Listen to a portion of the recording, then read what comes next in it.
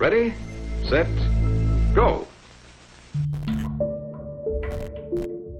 All right, we're back to Tiny Bunny. We've been having a lovely conversation about the world and whatnot with Polina as we walk her home. She started twirling in the falling snow again. I'll definitely go to Moscow. But first, to Vienna. It's my dream. The capital of music. Mozart, Beethoven, Strauss, Philharmonic Orchestra, National Opera. I'll be performing and you drawing. Her enthusiasm spread to me. Okay, alright, I'm back on the Polina train. This kid's an absolute light. This kid's shining her light for all to see. It's great. I wanted to do something right this moment. And where do you want to go? I sighed and confessed. To Disneyland? Hey, Disneyland's not bad.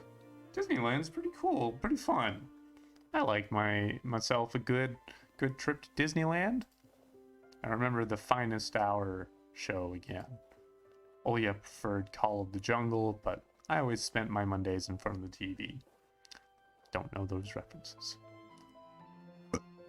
Excuse me. Colorful tables with numbers on signs, and a charming Mr. Supanev at the wheel. And the prizes. Chocolate eggs, video equipment, and the most exciting one. A trip to Disneyland for the winner.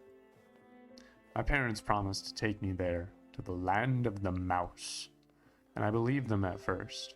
Well, maybe they also believed it back then. Now they just reply with silence every time I ask about it, and it saddens me to no end. Well, if they're replying with silence, that probably means they're just as sad about the fact that they can't take you as you are about not being able to go. Because I feel like if they didn't care anymore, then they'd have some sort of snappy reply and then move on. But if they don't have something to say, it probably is because they don't know what to say, because they have conflicted feelings themselves. I just have 3 words on my mind in these moments. But you promised. Polina had seemingly read my mind. Getting there is easier than we think. Everybody has the power to mold their fate. Yeah, to a certain extent, I'd say. She picked up 2 handfuls of snow. And then, as if she forgot about everything, showed me a sly smile. Want to make a snowman? Do you want to build a snowman? Sure. When I get back home, I'll make a snowman for Olya too. She'll be so happy. For now, we build a... Oh, this is cute. Oh, I'm so glad we're taking... I like how the story takes its time. It doesn't rush to the humor or the horror. It takes its time in the nice moments. We're almost done with the first ball, rolling it shoulder to shoulder. God damn, Polina, you are laughing right in my ears. I love it. It's cute, but calm down. Or quiet, just not so loud. Locks of her hair fell on her lively face. She was so cute when she blew them away. Ha ha ha. Why is your bowl so small, Anton? It'll only work as a head. Make it bigger. Don't be lazy. I couldn't remember the last time I had so much fun. Polina swept her now crimson lips. Did you ever wish to go to another planet? Something flashed in her eyes when she said that. I couldn't really put my finger on what it was. To another universe, even. Polina sighed in what felt like relief. Then you should understand me. Our palms collided across the ball of snow, straightening up any bumps it had. An almost ideal white ball rose up in the middle of the clearing. and then another one popped up. We lifted it from two sides and placed it on the one that served as a foundation. Nice! Great work, everyone! Finally, Polina helped the third ball to get on top of the other two. Getting the head to the right place is what I do best. Nice. I like that. Do you by any chance have a carrot? Alas! I'm guessing that's a no. There was no fear, no worry at this clearing. I became more daring, ran toward the thicket to crack a couple of branches. I pulled at the intertwining windfall, but Polina's voice suddenly awakened me from my delusion. Anton? Someone is standing there. What? Who? What? Oh no. The nice moment, good feelings gone. Good feelings immediately gone. I turn around, puzzled. Polina was looking at me. No, something behind my back. She stared at it, her brows furrowed. Not a single trace was left of the cheerful atmosphere we had a moment ago. Polina? She slowly raised her hand and pointed at the darkness that was approaching the trees in the distance. Someone is standing there. A crooked silhouette. See?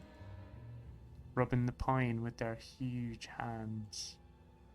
I turned around, directing my eyes where she was pointing to. Oh no, I don't see it, do I? The area around the dry raspberry bushes was empty. There's nothing there. It hid behind the tree. I think I might see it. There's a little sliver of something behind, maybe? The collar of my coat felt suffocating. I pulled on it instinctively. I felt a spasm in my stomach. I smiled weakly and asked, hoping for a good answer. Is this a prank? Polina, seeming lost all her words, she just continued staring deep into the endless forest. Bravery check, I thought.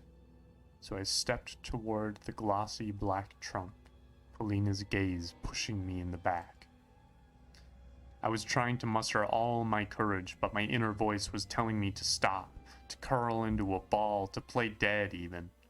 Anything but go there, into the writhing darkness.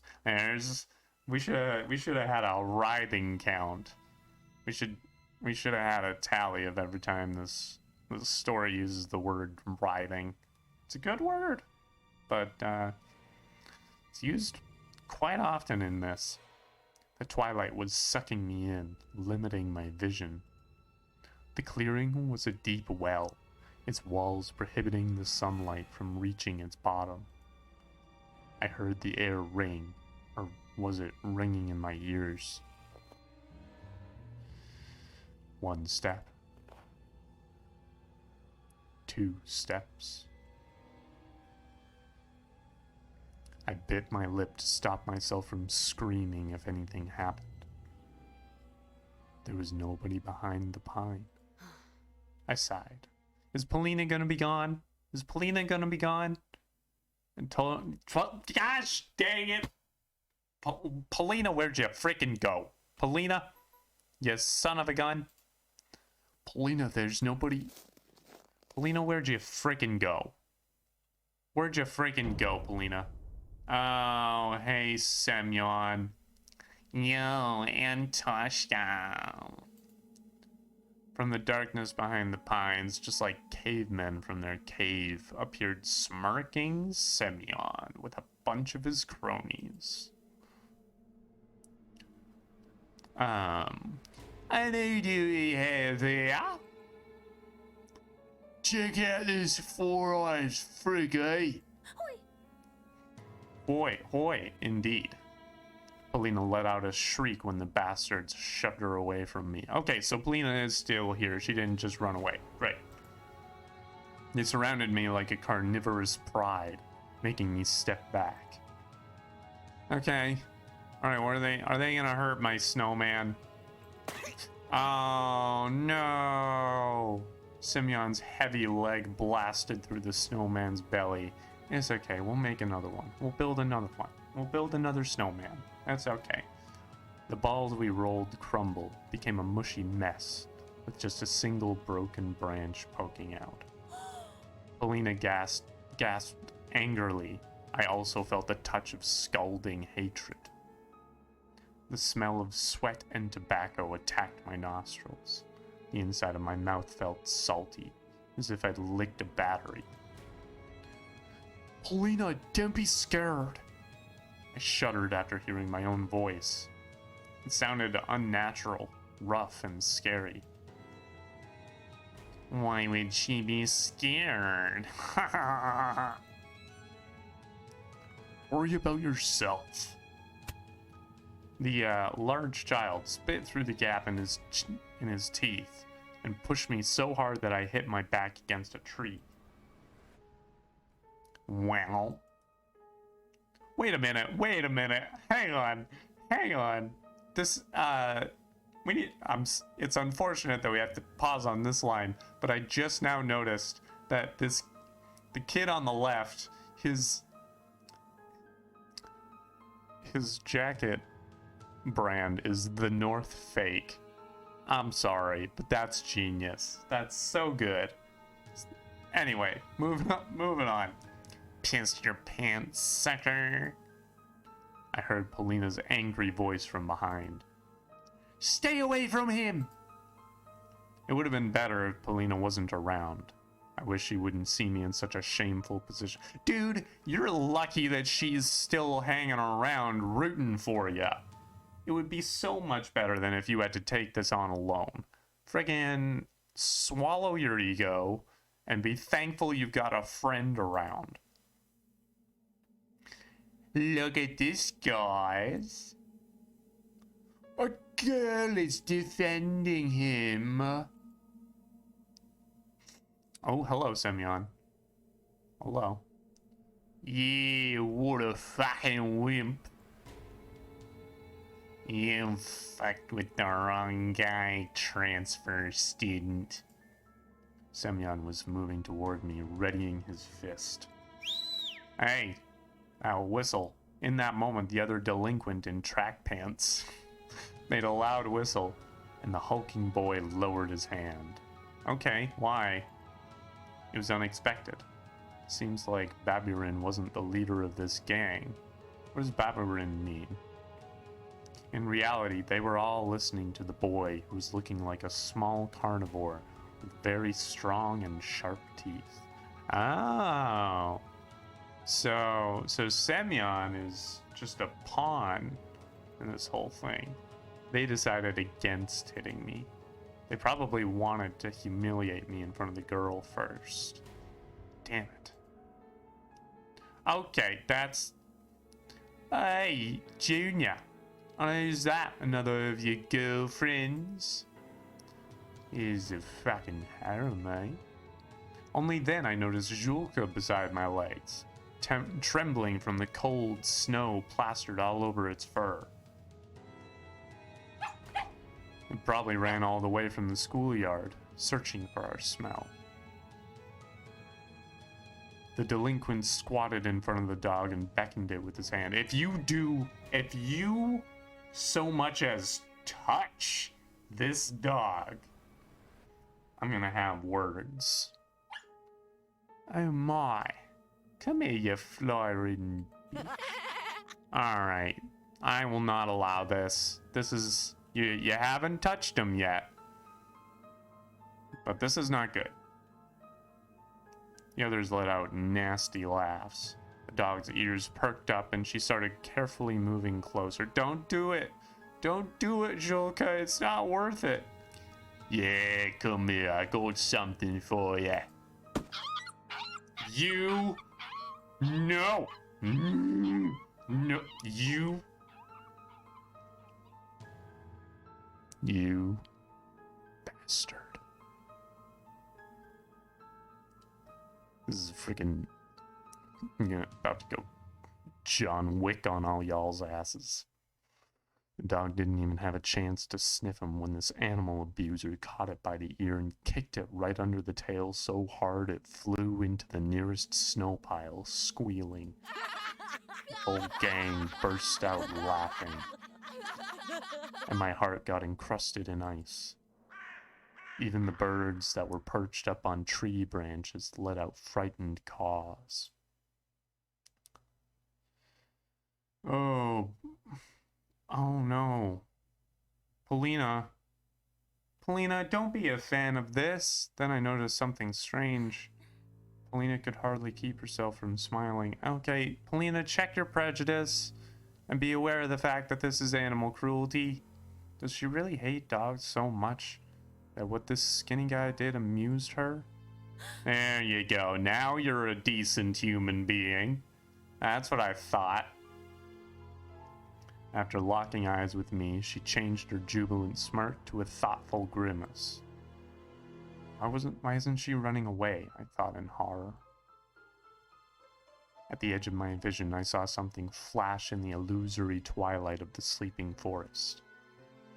Or were that just bushes? Were those just bushes moving their icy branches in the wind? Okay, I won't be able to shit after this. Let me kick the fucking thing one more time. 2 negatives will make a positive.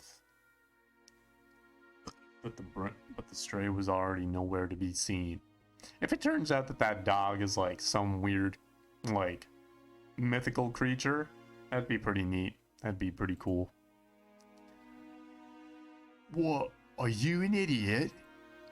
Go and show the Four Eyes his place. In a way he'll understand. Yeah, he fucking owes you. This wimp whacked you in front of the whole class. Sure thing. Well, is the punch going?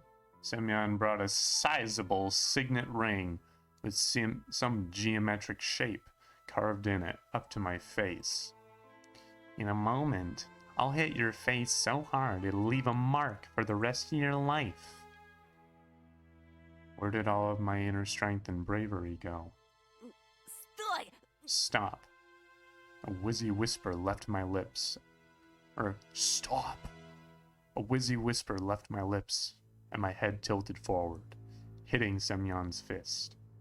Red sparks flew from my eyes. Really? Like literally? Because that sounds its own kind of painful. They're going to gang up on me and beat me up. All right, there's the punch. Roma, tell them to stop.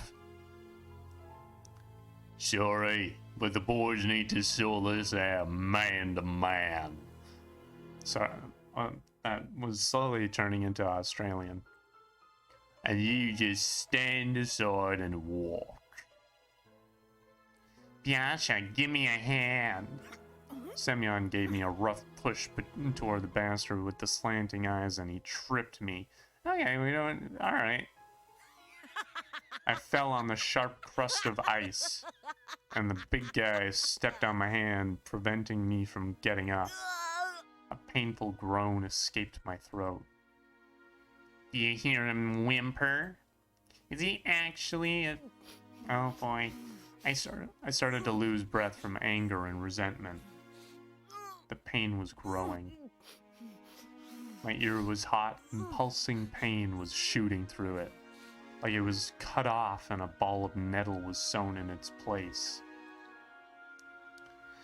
Why so silent, Antoshka? Come on, tell us. At this moment I felt pure, unbridled rage. The amalgamation of my anger. Here we go.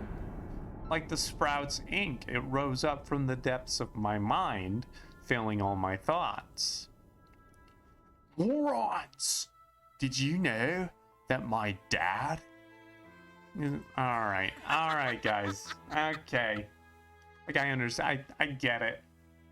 This is, I guess, realistic dialogue. Like, you know, this is late 90s, early 2000s. It's a word kids would have been using.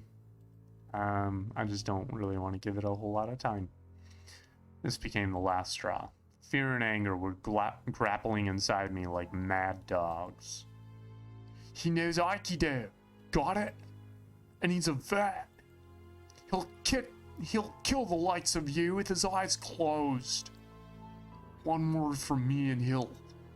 Ramka lifted up his arm, stomping my torrent of lies, and made a couple of steps forward. Semyon slowly backed off, giving me an opportunity to stand up. Pines were swaying back and forth like solemn guardians. Did he believe me? Or was he confused by my face, twisted with rage? A vet, you say? My dad also fought in the war. In Afghan. And yours? Mine too. Oh really? And what force did he serve in? I stumbled. Fear chomped at my rage's throat and made it bleed. He's full of shit, Romka. Sure as fuck, eh?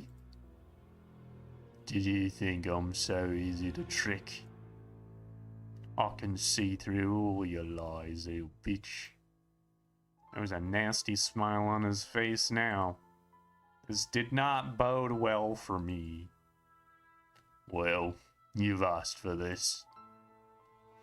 A teacher saved you at school, but here... You're fucked. That's right. Pray that they find your dead body come spring, eh? If only you stayed silent, wouldn't have lost a hair. Hitting the big guy is one thing. Give him a good pounding, Sioma.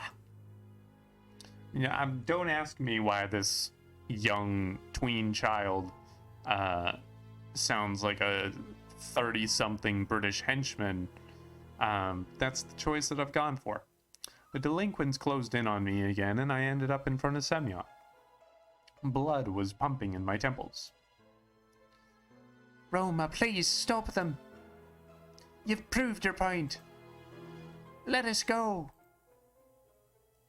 You can go anytime. And we'll take out the trash in the meantime. What bugged me at that moment wasn't even the humiliating attitude from Ramka, but rather how sweet Polina had addressed him. Okay, so are they siblings? They might be siblings. They look a little bit alike. The delinquents were pushing the girl toward the pines. Branches were swaying back and forth, as if whispering something, giving me hope.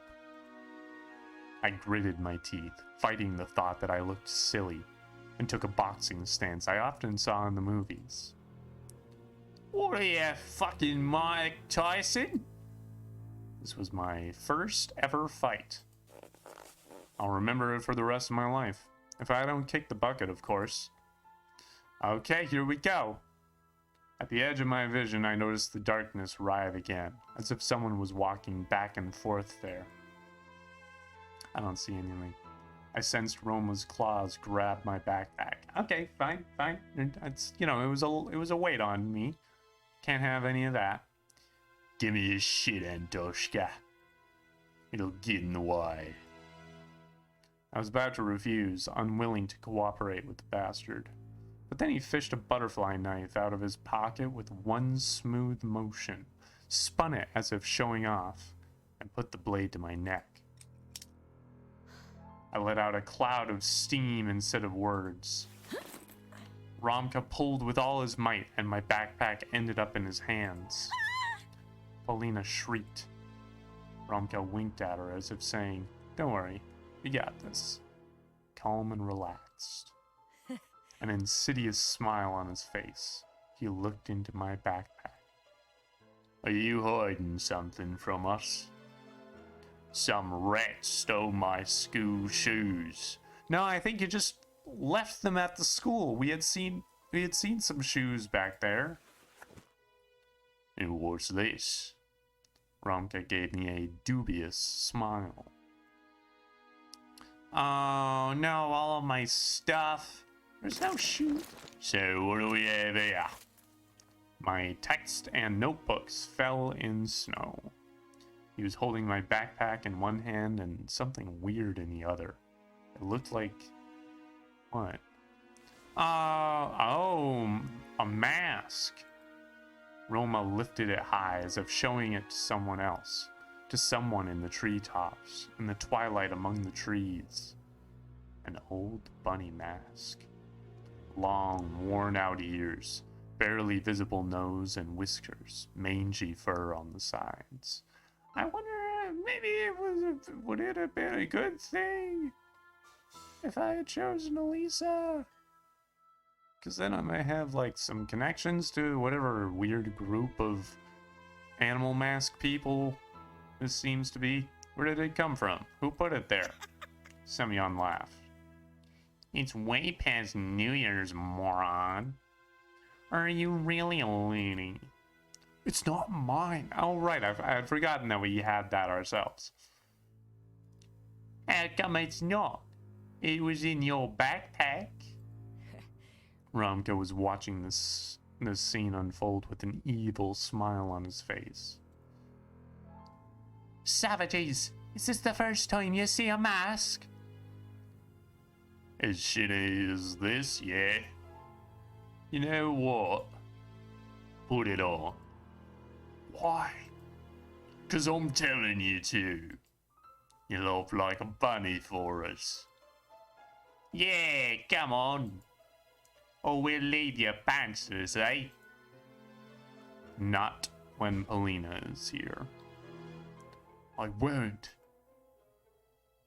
Sioma, put it on him.